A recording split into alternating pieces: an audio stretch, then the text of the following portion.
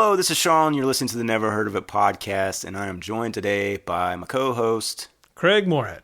And we're here to talk about some of the movies that may have fallen through your cracks. That's right. We've got an awesome movie today, and we've got a very, very special guest. I'm happy to welcome the author of the 2005 novel, Inamorata, the screenwriter of Stonehurst Asylum, Fear Itself, Wind Chill, Blackway, co-creator, co-showrunner, co-everything of the Amazon series Red Oaks, and my boss, Joseph Gangemi. Joe, Wow. Thank you very much for coming on. Awesome. I'm glad to be here. I am never a person who feels like anyone's boss ever, so it's actually kind of cool to be referred to as boss. Yeah. Well, Joe, I would love to start by asking you, because I don't really foresee an instance where we'll have another novelist on this show whatsoever. And, you know, I know a little bit about your backstory. We've talked, but I don't know, like, did you begin your writing career planning to do fiction, or how did you kind of get into the idea of being a writer at all? And then, you know, like, I am also obviously curious. I think our audience would be very curious to hear how that transitioned into screenwriting. But first, I don't want to overlook this novel, which I have on my bedstand and dying to read. But I would love to hear about those beginnings. Yeah. Well, you know, I mean, I was one of those freaks of nature who just, you know, figured out really early on that I just locked onto writing is what I wanted to do, fiction writing, you know, from when I was like 10 or 12 or something. I mean, I think I wanted to be a visual artist first because my mother's an artist and I was a graphic designer. And I think when I was doing lots of drawing when I was 10, things like that. And then at a certain point, I got serious enough to go and take art classes, life study classes and stuff, and it gave me a headache, and I hated it so much that I immediately just dropped any interest, and now I'm like a terrible artist. But I switched to reading and kind of caught the reading bug around 10 or 11. I remember my father went back to college. He'd never finished his college degree, and he went back to college and finished his degree when he was 40, and he was getting a computer science degree or something like that, but he took a fantastic literature course and fantastical literature.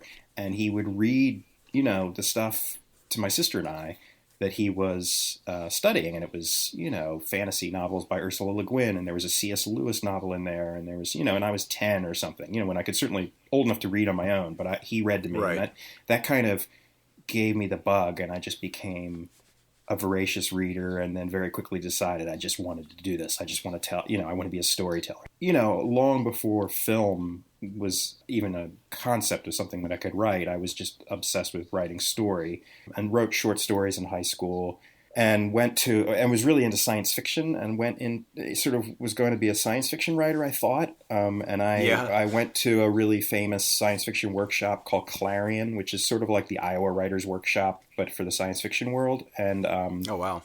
You know, like Ted Chiang, who wrote this movie, who wrote the story that is Arrival that's out right now and doing very well. Like Ted Chiang was the year after me at Clarion, and it was this graduate workshop out at Michigan State, and I took that, and, you know, through my teen years was writing science fiction and even sold a science fiction short story or two when I was a teenager. That's awesome. And then, you know, went off to college and was writing whenever I could, and I wrote a novel in college during my summer break when I was interning at DuPont and was really bored. That was kind of a Stephen King knockoff, and I wrote that, and I was 19.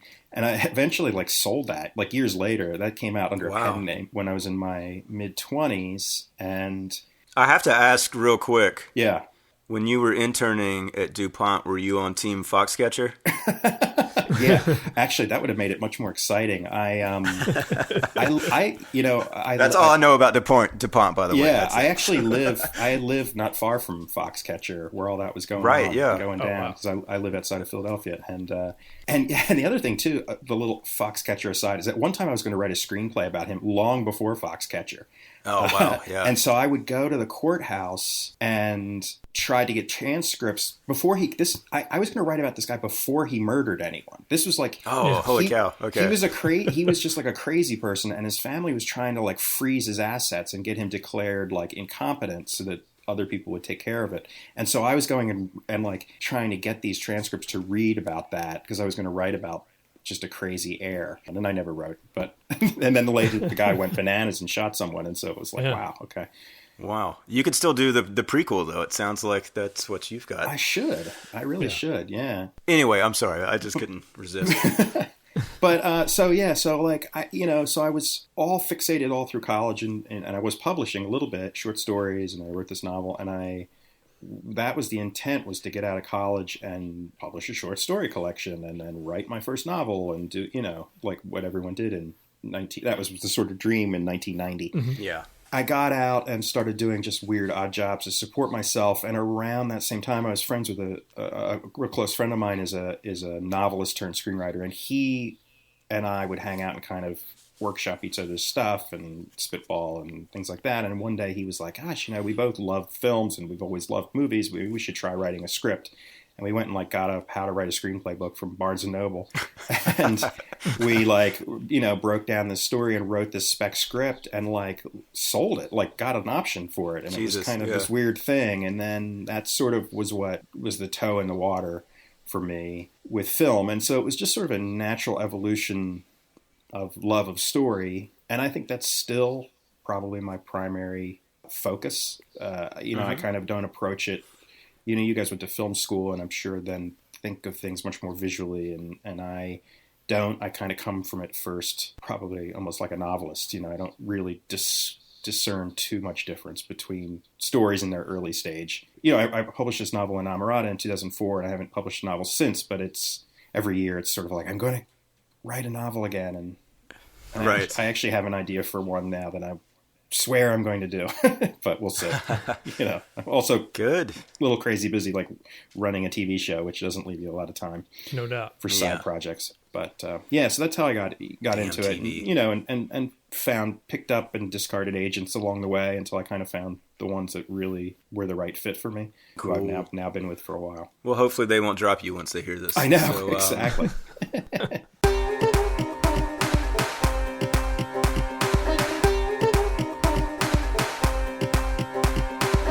Now, I am kind of curious, and we do tend to sort of ask this question, like, what was your sort of relationship with movies then? Sure. I mean, were you always watching movies as a kid and all that stuff, or what did you kind of gravitate towards? Yeah.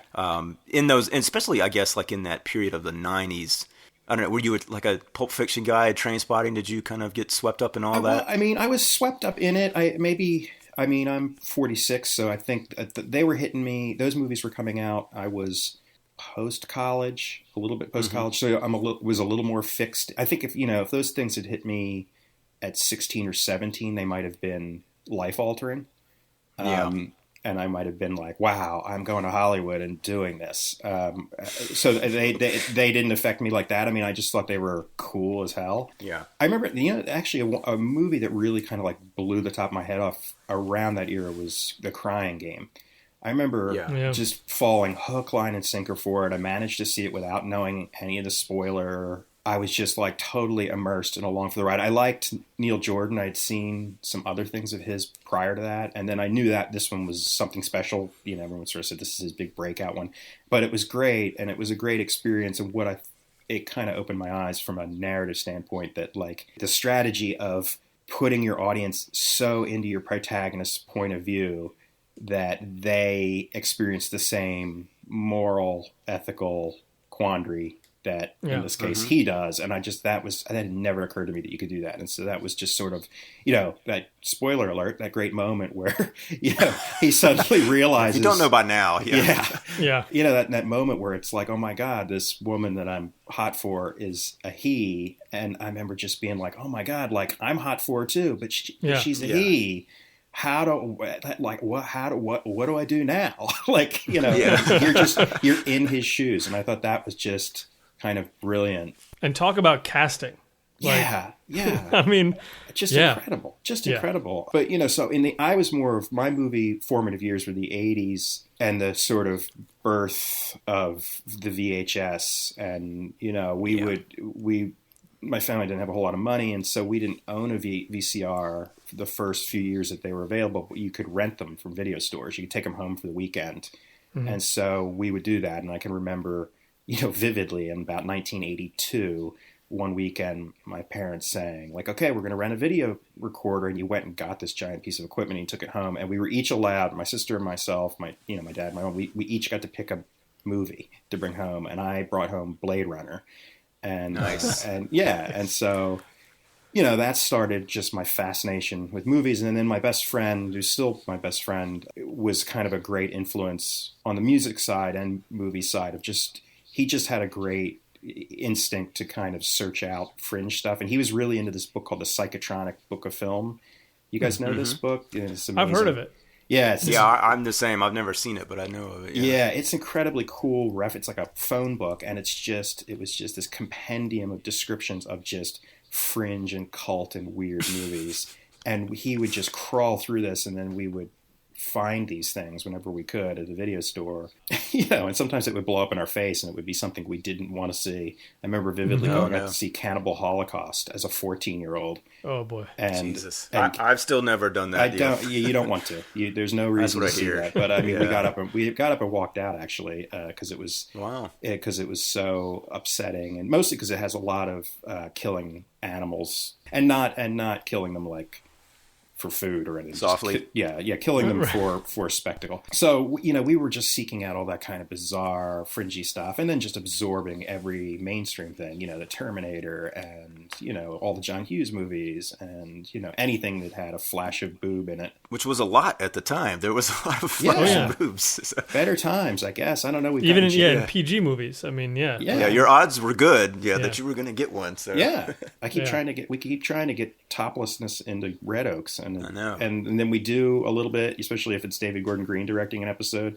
It winds up in there, and then we get beat up because we're living in humorless times. So there's a lot of bottomless male. Yeah, we get plenty of that. You're getting your recommended daily allowance of bottomless male. Yeah, just think, like 20 years from now, there will be girls like, it was just like it was the early 2010s, so we were watching everything we could that had like a naked man from the waist down, and there was a lot. So somehow I don't know. Somehow I think women are more sophisticated. I don't think they do that. That will never happen. No. They weren't like me, like going over to my friends' houses who had HBO and like staying up till 4 a.m. to watch like Yanks because there was a glimpse of a topless girl in it. I know. So disappointing, really. Yeah. Well, I'm kind of curious, like, did the video store and kind of, I'm guessing, maybe reading sci-fi then transitioned a little bit to reading horror, and I would assume Stephen King popped up at some point on your radar in that era. Oh, yeah. I mean, how could it not? Era. That was the great era of Stephen King, yeah. Through all, from 80 to 1990 is sort of his golden age, and I read everything, And so did that then worked its way into the film side? Was that first thing that you and your friends sold, was that a horror script? Kind of. It was I'm trying to remember what it was. I think it might have been some sort of vampire or something. It was Vampire Surgeons. Actually. Better. Yeah. So Vampire great. Surgeons. By the way, his buddy of mine who I wrote it with went on to write Minority Report. So he had a nice film career. Nice. But I did. I loved horror. I loved sci-fi. I loved genre stuff. And that was sort of what I was cutting my teeth on. And I worked in a science fiction and fantasy bookstore. And it was like my first job, like as a clerk. And then after that, I worked in a video store, worked in a West Coast Video. So I was just saturated in that kind of stuff. And then, I was 15, 16, we're going out and seeing. We also started to go seek out art house stuff as it would come to Delaware. And then once we could drive, occasionally, we would drive up to Philly. But we would see, Jean de Florette and Man into the Spring. We'd see like any foreign film that came by. And then we would rent them also. And we went through a Jean-Luc Godard phase where we were, watching Godard films left and right. And we watched a lot of horror too. Nice. I remember that was, especially like gore horror was big then. And I've since kind of lost my stomach for it as I become old and squeamish, but we would see anything that had cool horror effects that were in Fangoria or something. So all those great John Carpenter movies are still. Some of those are still to this day my favorite movies. I just watched a making of Halloween, and that movie's kind of perfect. I've seen it 100 times, and and the Thing is amazing, and even The Fog, even his lesser movies are still pretty pretty rad. Yeah, they all feel like his. Yeah, and it's endlessly amusing to me now to see all these homages to the John Carpenter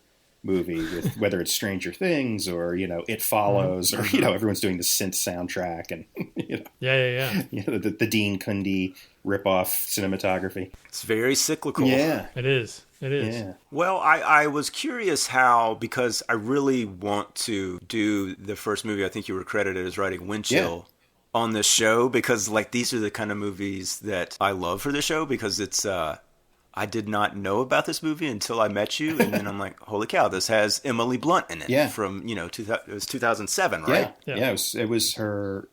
It was a really early movie. She Devil Wears Prada hadn't come out yet. She had done it, but it hadn't come out yet, and she had just been in a movie, a little British movie that's amazing that I'm blanking on the name of right now. She's great, though. Yeah. But I love talking about those movies that have someone who is at least a big star now, if not were at the time when they made these movies, but it just for whatever reason didn't quite get out there.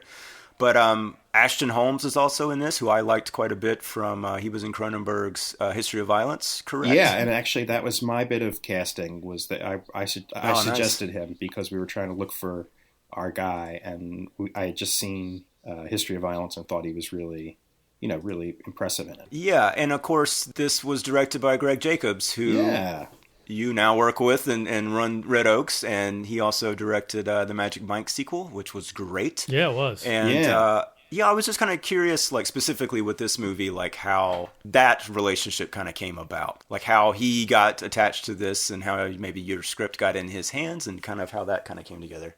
Yeah, Wind Chill I wrote with another buddy of mine. It's funny. It sounds like I'm this Mr. Collaborator, but I'm not usually. I usually kind of am a solo act, but occasionally you just meet people who you click with and dig, and it's half an excuse just to hang out and drink. Usually. Sure, yeah. And so I have a good buddy named Stephen Katz in New York who wrote the movie Shadow of the Vampire, and who most recently wrote was the other writer producer on the Nick Cinemax show, The Nick, and he wrote episodes of From the Earth to the Moon, and he's a great guy. And Katz I had met because this is interesting. So my horror novel, my pen name horror novel that I wrote in college was eventually published, and it was published in kind of a big way, and it won a big horror award, and it got bought by Sony, but I wasn't an established screenwriter yet, and so Sony wouldn't hire me to adapt it, and so they hired Stephen Katz to adapt it, and Katz had been adapting everything, and he had worked on The Alienist, and he had worked on Interview with a Vampire, and he was just sort of a really busy guy, and so they hired him, and he was just a very gentlemanly guy. He called me up and said, "Hi, I'm Stephen Katz. I'm the guy who was hired to adapt your novel, and I just want to tell you I love your book, and I'm very excited to work on it." And it was just a really cool thing to do. Yeah. And then he and I kind of started hanging out and became buddies whenever I went to New York and hang out with him. So Katz and I always sort of riff ideas off of each other, and we were just talking one day on the phone, and we were just talking about ghost stories, which I love, and I said, why is it always a house that's haunted? Why can't it be a stretch of road? Why can't it be a car? Why can't it be a vehicle? Why can't it be, and he was like, wow, that's kind of a good idea. And then we sort of talked a little more, and he said, you mind if I run with that? That's a good idea. And I said, well, no, I kind of like it too. Why don't we run with it together? So he'd come to Philadelphia, I'd go up to New York, we'd walk around, we'd kind of plot this thing out.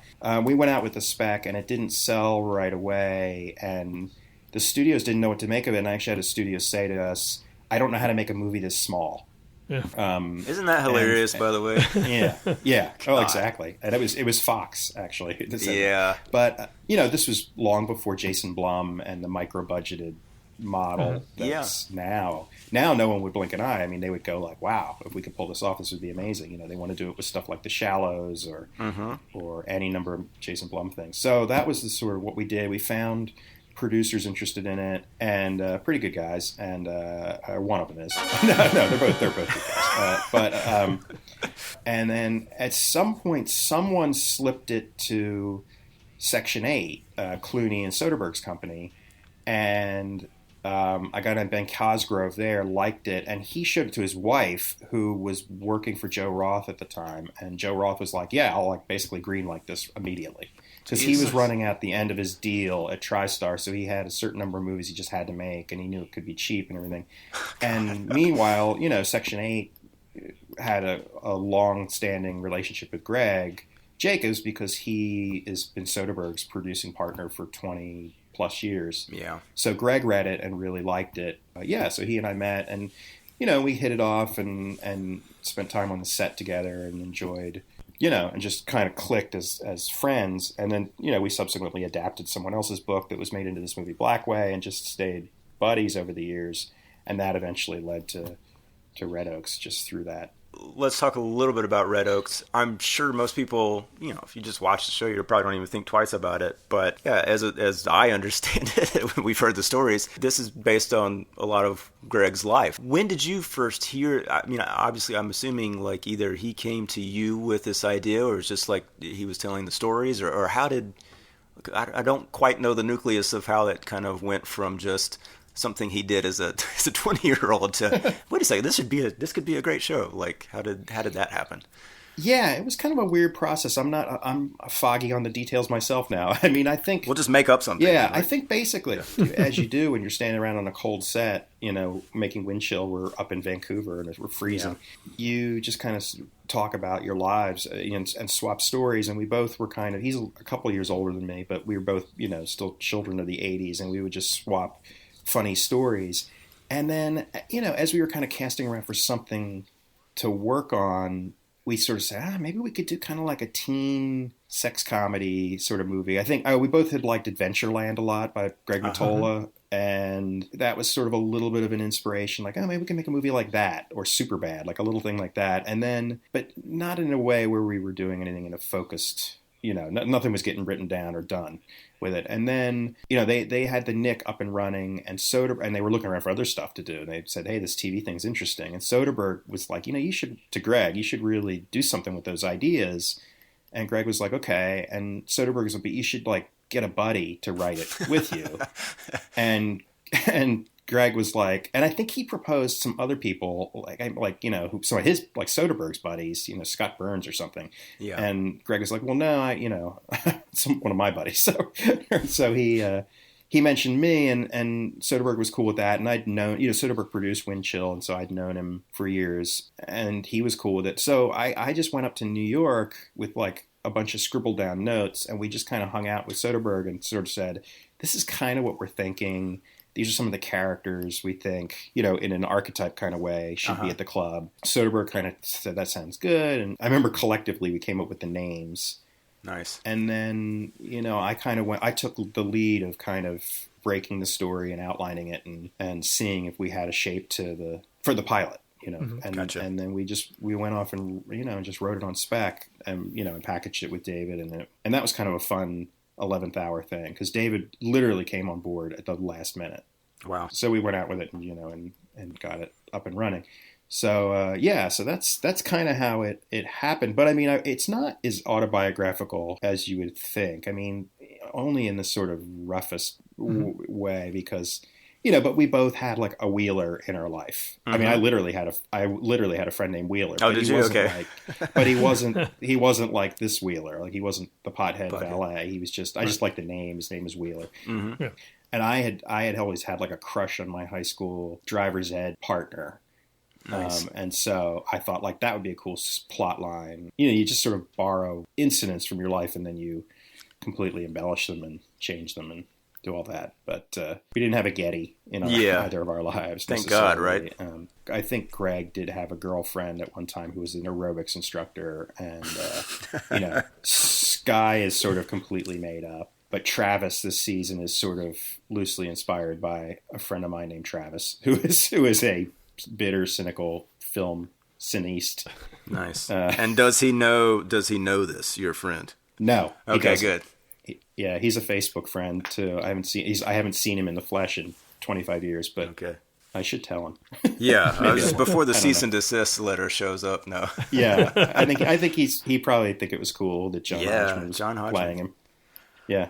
And was this the first kind of outright comedy that you had written? Yeah, that's a weird thing. Yeah, no kidding. That's a weird thing. I had done my whole career prior was like dark stuff and wind chill and horror and stuff like that. But I'd always kind of loved comedy and wanted to try it. But I just, I just had this naive notion that you had to be like a guy who went and did like open mic stand up to write comedy. Thank God, no. Yeah, I just thought like, oh, well, like I'm not that guy. I'm not a comedian. I can't write comedy. And I just sort of talked myself out of it. And then at this point, I was just sort of going like, God, I'm ready for a change. And I just, I want to do something different. And I have other, aspects to my writerly voice that I want to explore. I think also just, you get to a certain point where it's brutal, just like killing people all the times in scripts.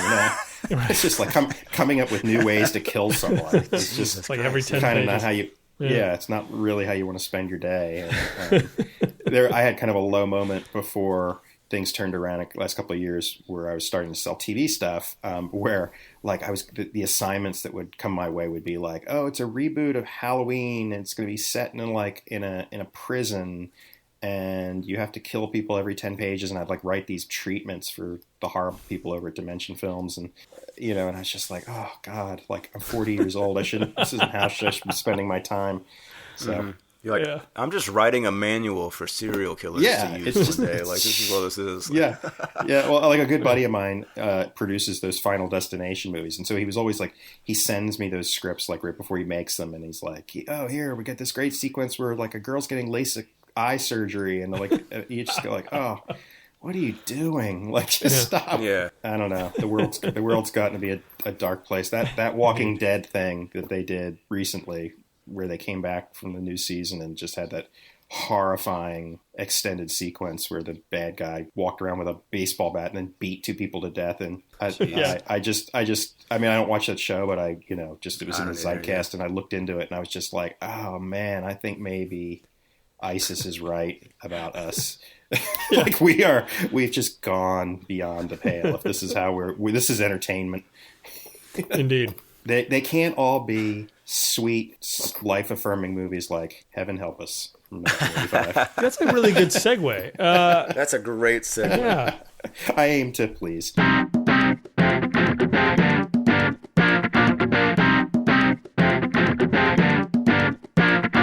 So, Joe, you suggested this movie, Heaven Help Us, and I don't want to speak for Craig, but I do think, Craig, you mentioned that you had heard of this movie. I was not at all familiar with this.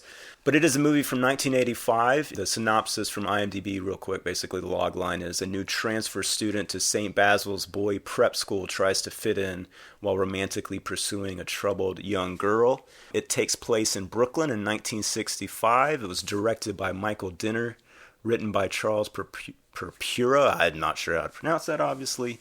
This cast, we've got some 80s heavyweights here. We got Donald Sutherland, of course, John Hurd, Andrew McCarthy, Mary Stuart Masterson, Kevin Dillon, the lovely Kevin Dillon, Wallace Shawn. Who else stood out here? Dana Barron, who I recognized from National Lampoon's Vacation. I have to throw out Stephen Jeffries because he's the reason I know about this. From Fright Night. Exactly. He is absolutely a standout in the 80s for me. But also, I was very surprised to see Yeardley Smith, the voice of Lisa Simpson. Patrick Dempsey, I can't leave him out. He had a very small role. It's a great cast. Yeah, it really is. It's a stacked cast for sure. I'm assuming, Joe, you probably watched this on VHS or at some point kind of close around to when it came out, I'm guessing? I saw this in the theater. No kidding. Nice. Yeah, I saw this in the theater and I just always really loved it. I just thought it was really a cool... this came out in 85, so it's the same year as 16 Candles. Yeah. Mm-hmm. Is that right? 16 Candles or 16 Candles 84? 84, yeah. 84. So this is right after. This is Breakfast Club year. Sure. And, obviously they were hoping to kind of draft in on that kind of coattails of those teen movies, but this is not in any way like any of those movies. I mean, it's closer to Diner. I mean, I don't think it's on the level of Diner, but it's in the spirit of Diner or Biloxi Blues or any of those kind of coming of age. Breaking Away. It's a little bit like Breaking Away. Sure.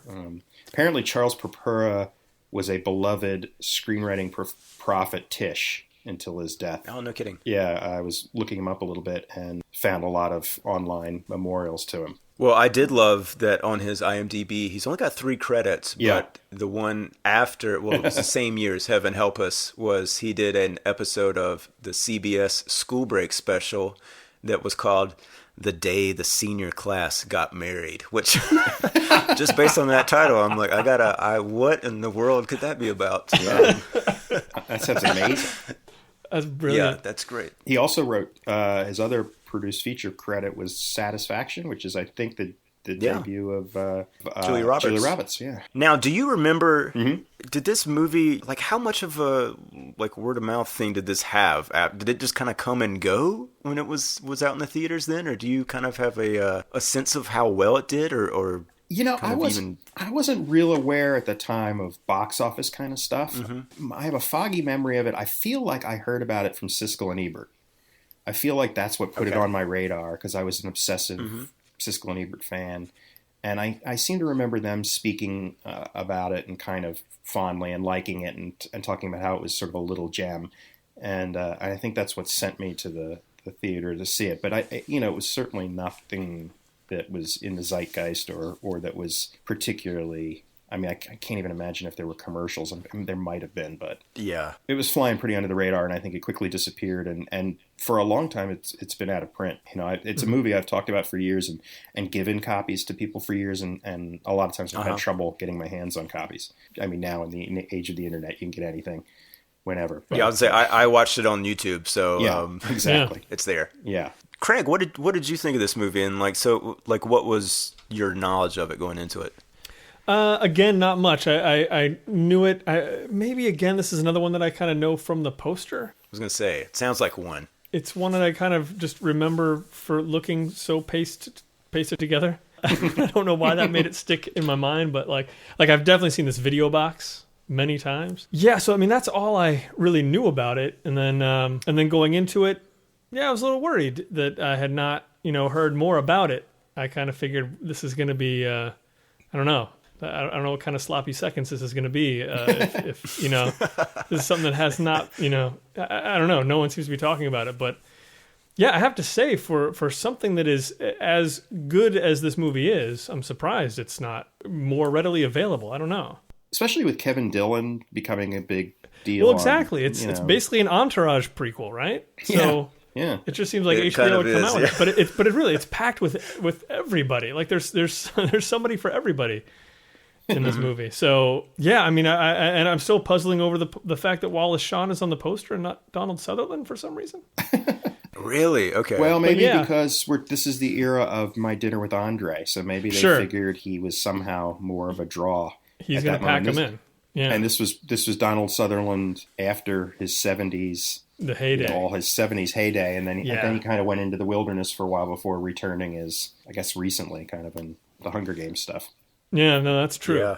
That is true. I do love his hair in this movie, though, I have to say. Sutherland's got the excellent hair, doesn't he? Yeah. Oh, yeah. It's like a bit of a perm. Yeah, it is. It's great. And he has a very interesting choice of the way he plays that character. I always kind of get a kick out of what he's doing there. Wallace Shawn, though, his scene is probably the broadest scene in the thing, but at the same time, it is like it never fails to make me laugh.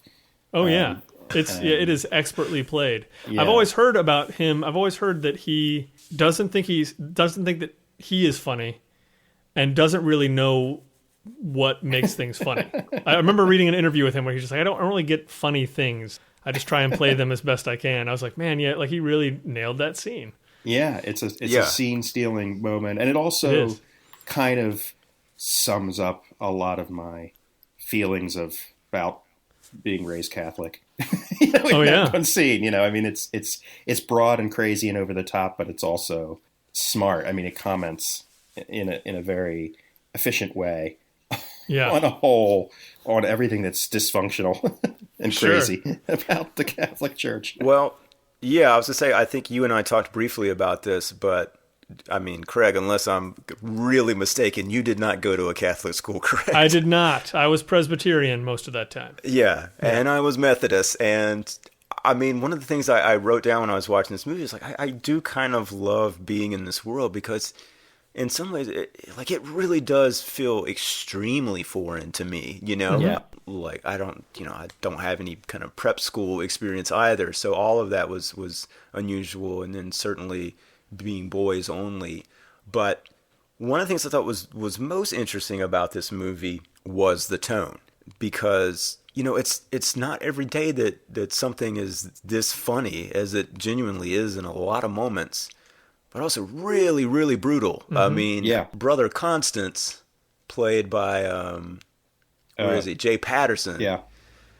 That dude, he's no joke. He means business. He is an evil he's Nurse a great Ratched villain. level villain. Yeah. He's not necessarily completely alone at this school, although, Donald Sutherland plays kind of, I guess, would be the headmaster. I don't know what you call him, sure. Joe. Maybe you can tell me. But he's Brother Thaddeus, and he's complicit in all this, but also a little more ultimately forgiving, not wanting to push it to that level of extreme physical violence. Yeah. But boy, I don't know. I don't want to get too personal, but I hope your experience was nothing like Yeah, no, like this.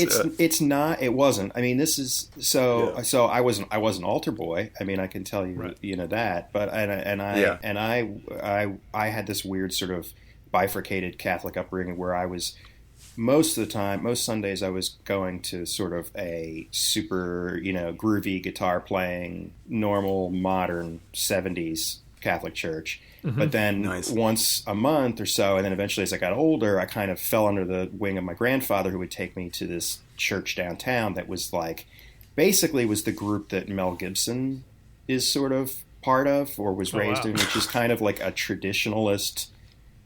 Alcoholic. Yeah, dark. But they were fascinating. What was fascinating was that they still did the Latin Mass. They had special permission to do Latin Mass. So I kind of got a taste of what it would have been like to be a Catholic in the 30s or 40s. Mm-hmm. And yet I was also being raised, by this sort of modern Catholic church. So but I was lucky enough. I never had the dark Catholic experience of being beaten, abused. Sure. But my uncles, who all did go to Catholic high school in Northeast Philadelphia in the 60s, saw this movie and were just like, yep, plenty of beatings.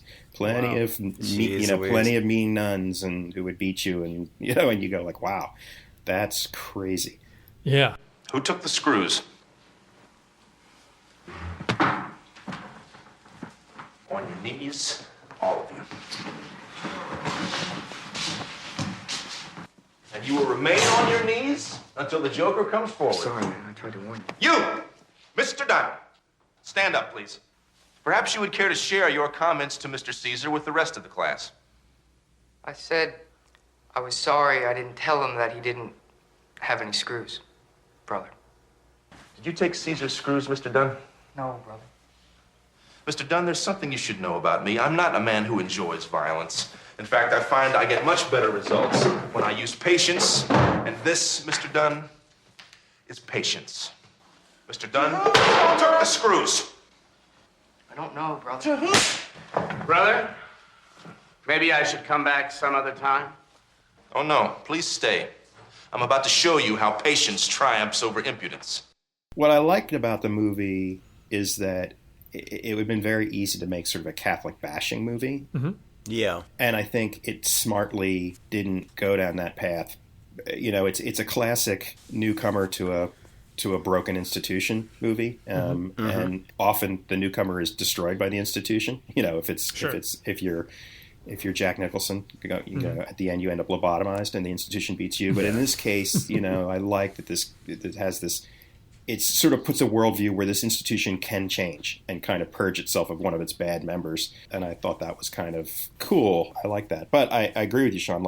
It's a punishingly sad movie. I had forgotten, how sad the Mary Stuart Masterson storyline is. Mm-hmm. With her father, who you don't know what's I've seen this thing a dozen times. I still don't really know what happened to him. Okay, well, that was my one question with the whole movie is, let me just real quick, I want to just kind of, for those who haven't seen it, just the basic nutshell of, you got Andrew McCarthy's walking into this school. He's a transfer student. Yes, his parents, I think, have somewhat recently died, and he and his sister are now living with his grandparents. Yeah. And this is the era where I think this must have been the year, if they're factually correct, that the Pope visited New York City. Yeah. So you've got Andrew McCarthy's grandmother, Andrew's definitely going to grow up to be a priest, and if with any luck, he'll be the next pope. You know, Yeah.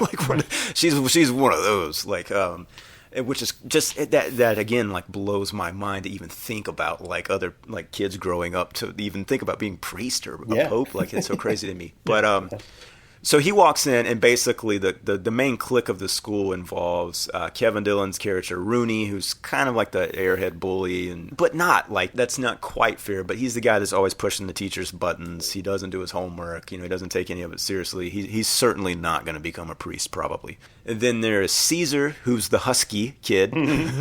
There's always a husky kid. Always a husky bit kid. of a nerd. Love that character. He's great. And so he's sort of the one that, by default, Andrew McCarthy has to kind of spend time with that first day of school, because nobody else, like, you know, everybody else is in their clique.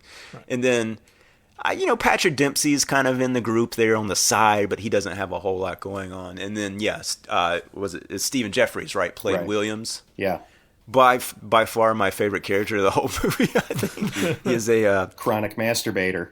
Yeah. I guess you guys probably know better than I did, but I was looking through his filmography and quickly realized that, he's an adult film star now. Oh, I did not know that. Yeah. Various pseudonyms. So I'll let you go look that up, Craig, and spend a couple hours. What? Wow, no, I had no clue. I know, it's nuts. And so there is what do you call it? Like a soda shop, basically. Yeah. That's next to the school, or very, like, on the same block as the school, that all the guys go there. And Danny, Mary Stuart Masterton's character, is sort of running the shop because, her father is a bit out of the equation. You get a little bit of the love angle between her and Andrew McCarthy's character. But then, towards the end of the second act, they show up at the soda shop. The cops are there, and her father is being let out. I don't think he was in handcuffs, or was he? I seem to think he was, but I don't think we actually saw him. I assumed he was for some reason, but I didn't see, like, they weren't in the frame, so I don't remember that. Do you have any idea what happened, like why he's being taken away? And she's basically saying that they're going to turn over the assets of the shop to Danny's mother. I thought it was he was incapacitated in some way through the whole movie, and that it was being shut down because of his daughter, because of the fact that his daughter was a high school, wasn't in school, right? And it was more of a child endangerment kind of situation, and I thought that was the impression I was getting, was that they were just sort of, the authorities were kind of swooping in to fix this sad, dysfunctional family situation. Not that anything criminal was going on. That was how I always kind of. Well, I didn't. Yeah, I wasn't sure. I was like, okay, is he being taken to like like the loony bin, or like know, some sort of treatment center? I mean, it definitely, what matters most is the implication that the guys at the school kind of influenced this. Right. I think, anyway. Right. And that's also kind of the end of her character arc, isn't it? Yeah. I mean, and that's pretty. It was kind of gutsy, interesting. Yeah, totally. To just sort of end on such a dark, heavy note. And that's partly why I love this movie, is that it does that, in the midst of this comedic coming of age movie. Well, and I was going to say, almost because of that, by the end of this movie, I was kind of looking at this as if it's actually like Kevin Dillon's story in a lot of ways, because he dominates so much screen time, and then he gets the credit voiceover. He gets to tell what happened to everybody, and it's great. Like, I mean, like, it's so not needed, but he just, like, first of all, like, he says the very offensive word that rhymes with maggot like a dozen times in the first 5 minutes, and like, I know. It feels weird to seeing that in such heavy use now. Yeah. But man, it reminded me so much of being in like 7th and 8th grade, that like my best friends spent 90% of their time of their language like we just called each other homosexuals. Yeah. That was it. Like, that was just how you talked to each other. It was so ridiculous. Yeah. Well, I almost thought, I don't know if you guys felt this, but in that voiceover at the end, I almost felt like they made a point of having him say, he says the word faggot a bunch of times, and then he says, he ends up going on to become working in a hairdresser as a shampoo boy, and he says, and I working around a lot of funny guys. And I almost wondered if they were sort of in a clumsy way trying to make a linguistic point of like when he's saying this sort of derogatory term all these other times, it's so disconnected from a reference to homosexuals that when he actually is talking about homosexuals, he just calls them funny guys. You know what I mean? Like he didn't even know what the word meant in a way. Yeah, and right. and that was very. I mean, I don't want to be apologist for our insensitivity in the 80s when we were using that word, but I had the same experience, Shawn, is that word was kind of bandied around a lot, but it was really disconnected from any actual thought of homosexuality. It was just sort of, which doesn't excuse it, but it's sort of interesting the way language gets manipulated. And it's not a change I think any of us will really miss. No. Although I will say it was like nostalgically, funny to me to hear him like repeatedly. But even like beyond that, like saying like, "Oh, I bet you're going to go to Queens College, aren't you?" And and like when one of the priests is giving a sermon and says the word fruitfully, he's like, "Hey, hear that? He's talking about you, fruitfully, get it?" And it's just like, it's such like basic level, just nonsense. And he's the only one who's really obsessed with that at all. The only one, but it dominates his dialogue. And like, I don't know that I've seen that much of Kevin Dillon outside of Entourage and like him as an adult actor. And I'm sure I've probably seen him in smaller things, but this was definitely the only thing that I can think of where he had like a major role. Yeah. Yeah. And I thought he was great. I mean, I thought he was really, really good. Yeah, I did too. I kind of like his performance better in this than I do his performance in Entourage. Oh, yeah. Yeah. I mean, this is still an outsized character, but it's a little less cartoonish. Yeah. I think, this character he plays really feels genuine. Like someone who I believe probably Charles Purpura knew. No, it's well written for sure. Here's the real unfair question, though. Do you think they tried to get Matt Dillon first in the role? Would Matt have been too old or too? What was this? So I think I looked it up. Yeah. Kevin was 20 when he made this. How old is Matt? The older? Yeah. Who's the older brother? I think he would be older. Yeah, he's definitely older. Yeah, so maybe he was aged out, but I'm sure they probably tried. Yeah. They're so alike. I mean, they sound so identical to me in a lot of ways. Well, I kind of feel like that was their ace in the hole. Well, they're actually only a year apart, apparently. So yeah, no kidding. Yeah. You bring up an interesting here's a little bit of fun movie trivia and book trivia. You see, this is set in 1965, and they're talking about the Pope coming to visit, and I believe that's also going on at the same time as Rosemary's Baby. They also refer to the Pope coming to New York. Oh, right.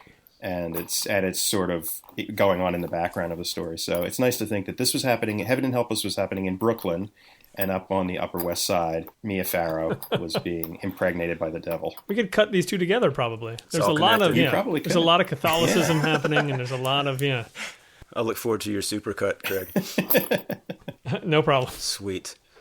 It's on the way.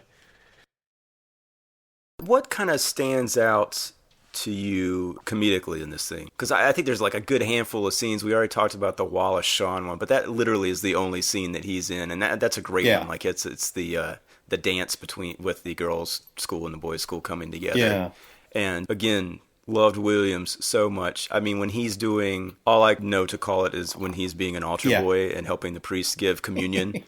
That like he's about to pass. Like I think he does kind of fall down with just because he's walking along and he's looking at those girls as they're putting their tongues out for the host, and it's just too much for him, and it blows his circuits because he's so sexed up. And then that was at the dance. Yeah, during that Wallace Shawn speech where he's telling them that they will be filthy beasts if they give in to the lust inside them.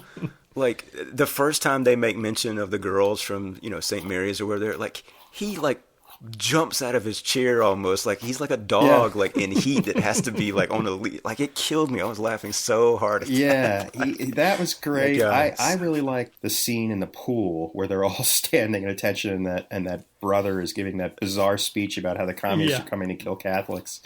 I thought that was really funny. Great. And then just, the great lowbrow punchline of them all jumping in and they're all naked. And there's just lots of dudes' asses, which is always good for a laugh. I know. Yeah. And particularly how I would, Caesar kind of creeps up to the water, like, and gingerly gets into the water, which is always funny. Well, he's like blowing his nose during the whole speech that the coach is giving. Yeah, I thought that was... He's like buck naked, but he's got a handkerchief. Yeah. Yeah, I was wondering where that came from. You don't want to know. Yeah. Yeah, both of those are great. I have to say, though, the thing that really caught my eye in this is when they go out, they Kevin Dillon tries to set up an evening where he and Caesar can make out with some ladies, which is totally foiled by a bridge and a boat. And also, Larry Bud Melman it was the bridge tender. And I was like, I don't think I've ever seen him in an actual movie before. And like, this was just so, I don't know. It was just so matter of fact. Like, well, there he is. Like, this is not a funny cameo.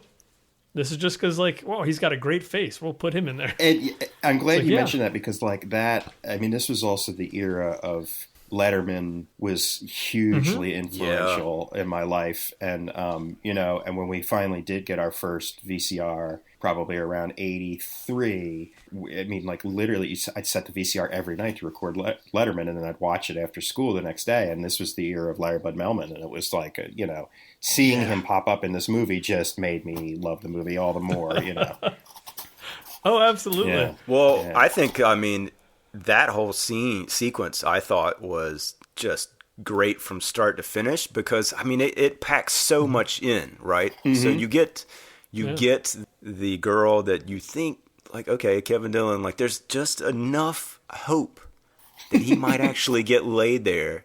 Yeah. And then nope, like the girl from National Lampoon's Vacation just barfs all over his shoulder. Perfectly timed barf, I thought. I thought that was really effective. Yeah. And it's not the last time she barfs, which that was also good.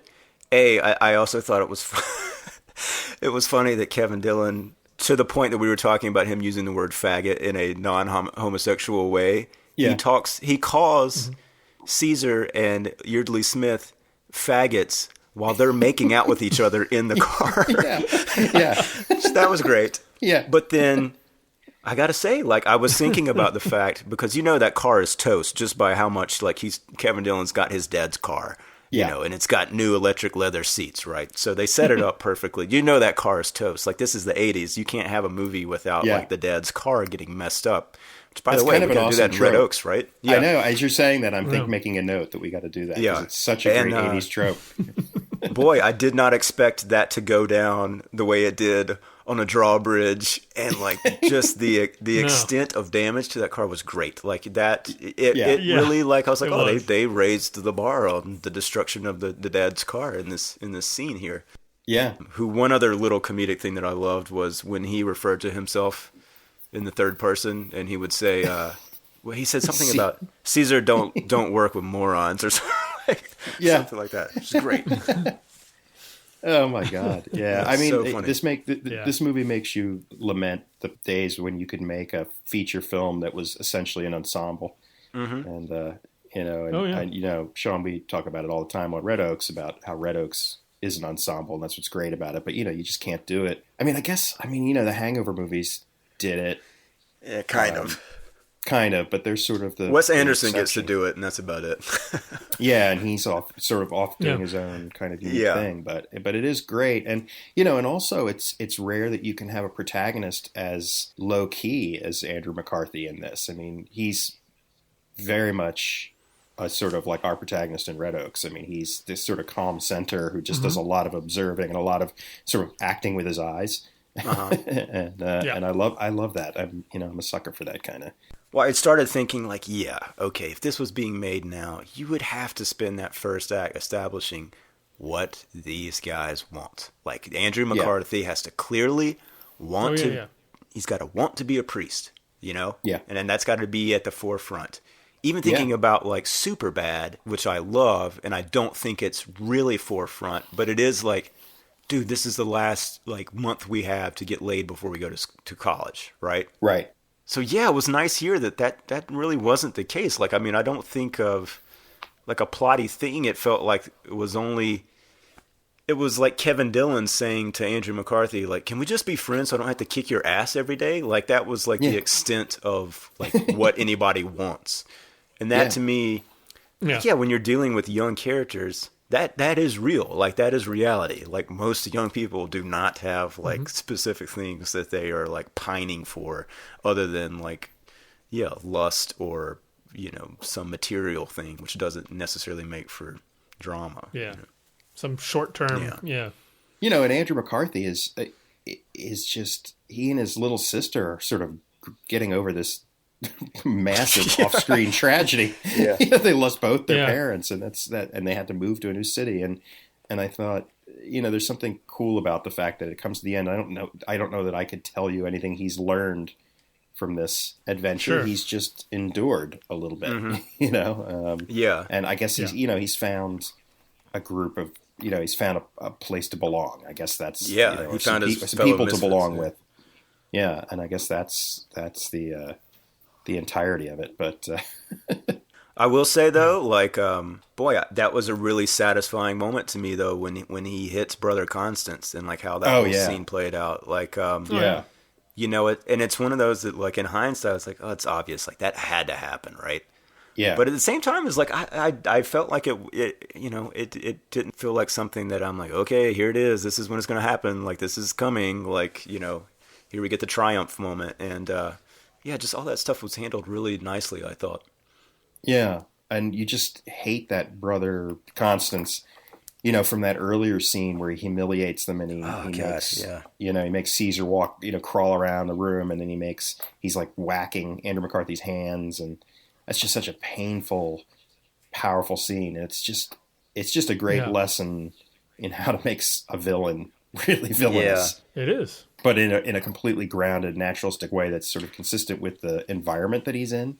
What I like about this movie also is a little glimpse into Catholicism. I like that it doesn't just sort of tar it with a black brush, and at the end it's just like it's all awful. I mean, I like that there was sort of a semi-redemptive ending, but at the same time I thought it does this sort of stealth thing of really capturing this sort of weird sadomasochistic side to Catholicism that I think, it's probably a big reason I'm not a Catholic anymore. So, or raising kids, haven't introduced my kids to it because it's the thing that is like, there's plenty that I like about the Catholic Church that's interesting, and the beautiful cathedrals, and the liturgy is cool and fascinating, and the stories are fascinating, and all that I'd love my kids to be a part of, but I'm scared of exposing them to that sort of, confession booth. Yeah, just that celebration of suffering.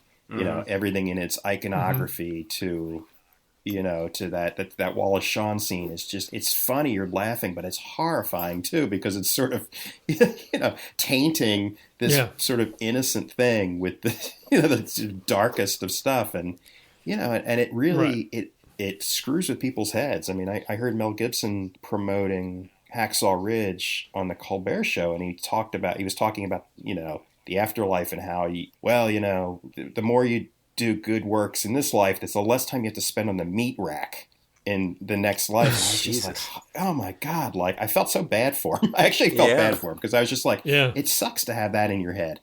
It's just there's just this sort of element of torture to it, and I think this movie, within this sort of little coming of age story, does a great job of kind of capturing a quality of the sort of dark culture of Catholicism, apart from what everyone else does. Everyone else does the priests molesting stuff. And rightly so. There's a lot of drama to be found there, but that's what everyone focuses on. And I thought this movie does a good job of focusing on another aspect that I think it does a good job of criticizing, but also, fairly not exaggerating or being too dismissive of it either. Because I think, at the end, these kids, it's also it's a little bit of a nostalgic, like, wow, it looks like it would be pretty fun to go to that soda shop. Right. And hang out with your buds. Oh man, And I actually wouldn't mind wearing a skinny black tie every day to school. Like, dude, they look like FBI agents. It's awesome. They look kind of cool. And those cars are pretty awesome. And like, and man, John Hurd seemed like kind of an awesome teacher. Yeah, seemed a cool dude. Yeah. So I thought it did a nice, fair and balanced portrayal. Well, one interesting little tidbit that I'll share, and then we can wrap this up. But speaking of John Hurt, who, we haven't talked a ton about, but he's sort of the newest member of the faculty, and he definitely has a conscience, if you will, about beating the crap out of kids. But apparently on the Wikipedia page, it says that he claimed that he didn't work for about 2 or 3 years after this movie because on set he was talking with one of the actors and said something about how weird it was that they had a Jew directing a movie about a Catholic boys' school, and the director happened to be sitting behind them. It's crazy. I mean, when you read the quote, he's like... And then the director, Michael Dinner, I think that was his name. He was like, come on, you don't remember the director? Like, you're still doing like a backhanded thing right now. Yeah. So I don't know if that's actually true that he got blacklisted by Michael Dinner or not. Wow. That was kind of funny. I didn't realize that Michael Dinner was Jewish though, but that's kind of really cool. It's an extra added cool thing that, if he is Jewish, then because it's so loving in its details and accurate and feels so real. And if this was something, a world that Michael Dinner had zero experience with, that's all the more impressive. Yeah. Well, and I wanted to say, too, that he was one of the producers on The Wonder Years. And, like, that makes total sense to me tonally in relation to this movie. And, good for him, man. He also apparently directed an episode of The Get Down. Yeah. I don't know if you guys watched that, but that kind of blows my mind because these two things don't seem very much the same at all, aside from being a very large ensemble. He's also one of the main directors and sometimes writers on Justified, which is about as day and night as you could be. So and then the ultimate day or night is that he directed Hot to Trot, the talking horse movie with Bobcat Goldthwait in 1988. Wow! Which I saw that in the theater. Really? On a date, no less. I think. Really? In, wow! Middle school. Yeah. That's kind of... And now she's your wife. No, she's not, and it was not a great date. Yeah. Her little brother came along, if I remember correctly, and I did not like that little kid. Wow. That's kind of awesome. And I don't think I liked that movie, I'm sorry to say. But No. The talking horse genre has died down a little bit, sadly. The great Michael Dinner, though, but this is a little gem on his filmography. Yeah, for sure.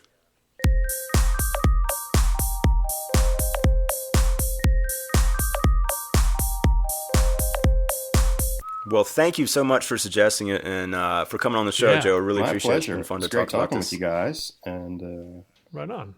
It's fun to come over on this side as a fan of the podcast, and then to come across to penetrate the membrane and actually be part of it. One is a little trip. It's a little trippy, but in a good way. Cool. Right, well, if you want to check this movie out, it's definitely floating around on DVD, and then it's on YouTube. And Red Oaks is out there on Amazon. Season 2 is available now. Season 1 has been out, and definitely go check that out. It's been a lot of fun to work on, and it's definitely got its fans, which is always great to hear. And as Craig and I have talked before, even if you don't care about what me and Joe are doing, the cast is so good. So, fantastic. Go watch them. It's amazing ensemble. Yeah, as always, you can find us online, neverheardpodcast.com, and please make a suggestion. And we'll be back next week with some more stuff. All right. That's all I got. It's good enough.